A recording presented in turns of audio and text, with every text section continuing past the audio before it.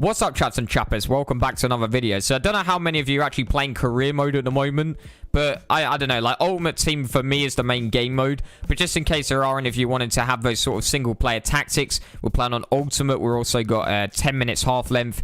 This is what I believe to be the best tactic in the game, and also just like in the Premier League right now, or just in general, I do feel like this is the best tactic. So this is quite literally Guardiola's tactics. He has for two centre mids in a 4-3-3 holding to come forward and basically become centre attacking mids just in behind the striker Aguero. You have the wingers spreading even further out wide because these two players are going to be playing in what you call the half space, which is between the left back and the centre back, and the right back and the centre back. So the overloads is just going to be incredible. You've got 5 players in attack, and then the right back and left back are what you call inverted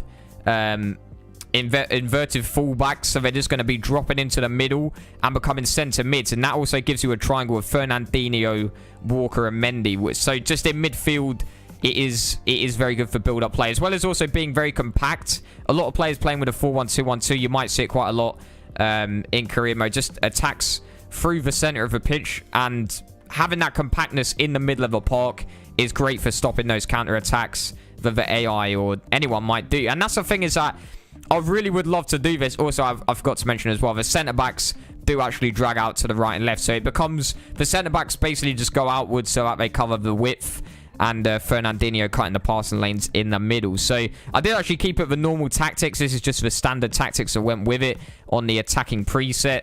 So the only thing that I did change is obviously the actual formation. So yeah, I mean, it's just annoying that you can't use this on Ultimate Team. It really is annoying that you can't. I think the reason that they disabled being able to move in each individual position is just because a lot of people were abusing it and just sort of parking the boss, sitting everyone back, as you can imagine.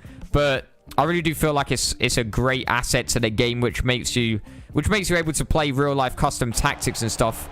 Because I don't know, especially Guardiola's, it's not a typical tactic at all. So we start off here, getting the ball through for Mendy, who gets a little bit of space there, doesn't quite get through. Kyle Walker, and as you can see, it's just like, it's so easy to hold the ball in the middle. As you can see, Mendy, the inverted fullback, getting the shot away, just finds the space, and you're just going to absolutely dominate. You're going to absolutely dominate. And because the half spaces and because players are being dragged around, the wingers do get a lot of space, and the reason they are so far out wide is just so that they're basically just going to be dragged. When you do drag out the left back and right back, especially when you're getting the ball up and down the pitch, they're just going to get that space, and you see it quite a lot in real life. They'll just hit a long ball up to like Sane or something like that, and they get the space there. So at this point, we're 3-0 up, and I think 2 of the goals have come from the wingers just getting a load of space. And this chance here, once again, Sterling finding himself in the gap, in some space, couldn't quite get through. So what you want to be doing is a lot of triangle passing, especially at Barcelona. Guardiola did this quite a lot, just triangle passing in the midfield as you build up to the opponent's box. So what's that? What I think one of the things as well is, like, you do a triangle pass until more than one person enters the triangle. So if there's 2 players in a triangle, then they're going to be marking the 2 options. But if there's only 1 player in a triangle, then you've still always got 1 option free, if you know what I mean. So one of the best ways that you can do that in the game is pressing RB. So you press RB on the controller, and all of your players will come closer. Then you can provide yourself with a triangle, and you're always going to have an option available. So try and just give it out to the space, create a new triangle, and then move forward again. And one of the best tactics as well is kind of like what it's called the third man, which is kind of like a philosophy that Guardiola uses quite a lot, which is well, I mean, a lot of players, just possession play, typically will use the third man, which is basically the third man is never going to be able to be marked type thing, and you always got to sort of think ahead. So you pass to one person in a triangle, and then he passes to the next, and the first person that passed is going to be making a run type thing. So it's the first man in the triangle, or just basically the third person in a passing sequence is going to be able to make a run. So always thinking ahead, thinking of that person making a run through. And also, what else is there? I mean, you want to be kind of using the CDM, the middle CDM, as the beginning of all of the build-ups. Kind of just going from defense to attack, basically. So Fernandinho, great player, to be fair.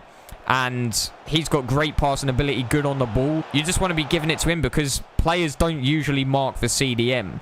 And one of the reasons that Guardiola and Cruyff didn't use 2 CDMs is because they always saw the CDM as that sort of the passing, almost like register, as I think it's called, which is just basically like the build-up.